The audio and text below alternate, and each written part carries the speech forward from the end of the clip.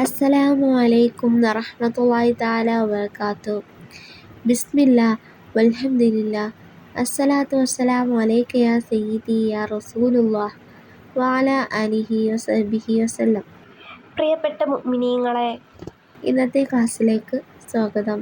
ഇന്നത്തെ ക്ലാസ്സിൽ ഞാൻ നിങ്ങൾക്ക് പറഞ്ഞു തരുന്നത് ആഗ്രഹങ്ങൾ ഉടനടി പെട്ടെന്ന് സാധിച്ചു കിട്ടുവാൻ വേണ്ടിയിട്ടുള്ള ഒരു കാര്യമാണ് പറഞ്ഞു തരുന്നത്. നമുക്കിടയിൽ പലരും പല ഉദ്ദേശങ്ങളും പല ആവശ്യങ്ങളും നിറവേറാനുള്ളവരായിരിക്കും. ആ ആവശ്യങ്ങളും ഉദ്ദേശങ്ങളും എല്ലാം സഫലമാകുവാൻ എന്താണ് ഞാൻ ചെയ്യേണ്ടത് എന്ന് പലപ്പോഴും ചിന്തിക്കുകയും അതിനുള്ള കാര്യങ്ങൾ ചെയ്യുകയും എന്നാൽ അതിനൊരു ഫലം കിട്ടാതെ വരികയും ചെയ്തിട്ടുണ്ടാകാം. അത്തരക്കാർക്കൊക്കെ ഉള്ള ഒരു കാര്യമാണ് ഞാനിന്ന് നിങ്ങൾക്ക് പറഞ്ഞു തരുന്നത്. ഈ ഒരു കാര്യം ഒരിക്കലും ദുരുപയോഗം ചെയ്യരുത്. നിങ്ങൾക്ക് അത്യാവശ്യമാണെങ്കിൽ മാത്രം ചെയ്യുക. അത് എന്താണെന്ന് വെച്ചാൽ, സൂറത്തുൽ യാസീൻ എല്ലാവർക്കും പരിചിതമായിട്ടുള്ള ഒരു സൂറത്താണ്.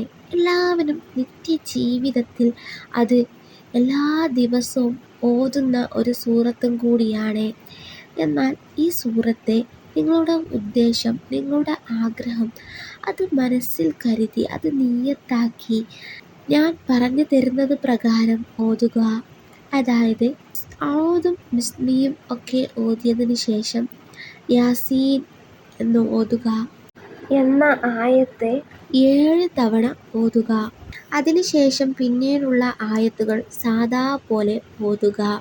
എന്നിട്ട് 38-ാമത്തെ ആയത്ത് എത്തുമ്പോൾ, വശംസ് തജ്രി എന്ന് തുടങ്ങുന്ന ആയത്ത് എത്തുമ്പോൾ അത് 14 തവണ ഓതുക.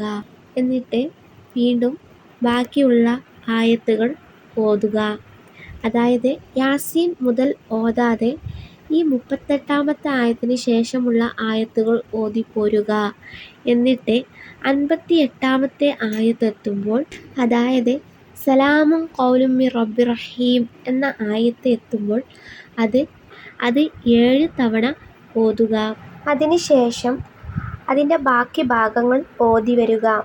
അതായത് സലാമുൻ ഖൗലും മിർ റബ്ബിർ റഹീം എന്ന ആയത്തിന് ശേഷമുള്ള ബാക്കി ഭാഗങ്ങൾ സാധാരണയായി ഓതിപ്പോരുക. എന്നിട്ട് 81-ാമത്തെ ആയത്ത് എത്തുമ്പോൾ ആ ആയത്തെ 12 തവണ ഓതുക. ആ ആയത്ത് ഞാൻ സ്ക്രീനിൽ കൊടുക്കാം. 12 തവണ ആ ഒരു ആയത്ത് ഓതിയതിന് ശേഷം യാസീൻ അങ്ങ് പൂർത്തിയാക്കുക. അതിനുശേഷം ഒരു ഫാത്തിഹ സൂറത്ത് ഓതുക. അതിനുശേഷം നമ്മുടെ മുഖ്യമായിട്ടുള്ള ആവശ്യം അത് എന്താണോ അത് അള്ളാഹുവിനോട് ആത്മാർത്ഥമായിട്ട് ദുആ ചെയ്യുക. ഇതുപോലെ 4 തവണ ചെയ്യുക. അതായത് സുബ്ഹ് നിസ്കാര ശേഷം ആരോടും ഒന്നും സംസാരിക്കാനോ ഒന്നിനും ഒരു പ്രവൃത്തിയിലേക്കും ഇറങ്ങാനോ ഒന്നും ചെയ്യാതെ ഒഴിഞ്ഞിരുന്ന് ഈ സൂറത്ത് ഇപ്രകാരം ഓതുക. യാസീൻ സൂറത്ത് ഇപ്രകാരം ഓതുക.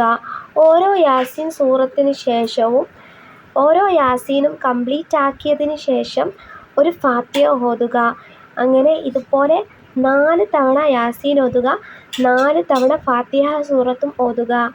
എന്നിട്ട് റബ്ബ് സുബ്ഹാനഹു തആലയോട് ആത്മാർത്ഥമായിട്ട് ദുആ ചെയ്യുക.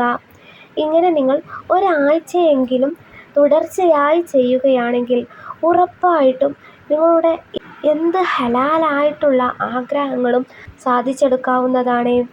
നിങ്ങളുടെ എന്ത് പ്രശ്നങ്ങൾക്കും പരിഹാരങ്ങൾ നേടാൻ സാധിക്കുന്നതാണ്. റബ്ബ് സുബ്ഹാനഹു തആല നമുക്ക് തൗഫീഖ് നൽകുമാറാകട്ടെ. നമ്മുടെ എല്ലാ പ്രശ്നങ്ങൾക്കും പരിഹാരം നൽകി റബ്ബ് സുബ്ഹാനഹു തആല ഈ യാസീൻ സൂറത്തിൻ്റെ ബർക്കത്ത് കൊണ്ട് പരിഹാരം നൽകുമാറാകട്ടെ. എല്ലാ ഹലാലായ ഉദ്ദേശങ്ങളും ഈ യാസീൻ സൂറത്ത് ഇതുപോലെ ഓതി നേടിയെടുക്കുവാൻ ഞങ്ങൾക്ക് സാധിക്കുമാറാകട്ടെ. റഹ്മാനും റഹീമുമായ നാഥൻ നമ്മുടെ എല്ലാ പ്രശ്നങ്ങളും ബുദ്ധിമുട്ടുകളും പരിഹരിച്ച് സന്തോഷവും സമാധാനവും റാഹത്തും ഉള്ള ഒരു ജീവിതം നൽകി അനുഗ്രഹിക്കുമാറാകട്ടെ. അസുഖങ്ങളെല്ലാം ശിഫയാക്കി തരുമാറാകട്ടെ. കടങ്ങളൊക്കെ വീടുവാനും ഇനി ഒരിക്കലും കടങ്ങൾ വാങ്ങാതെ ജീവിക്കുവാനും സാമ്പത്തികപരമായിട്ടുള്ള എല്ലാ പ്രശ്നങ്ങൾ പരിഹരിക്കുവാനും റബ്ബ് സുബ്ഹാനഹു വ തആല സഹായിക്കുമാറാകട്ടെ. ആമീൻ യാ റബ്ബൽ ആലമീൻ.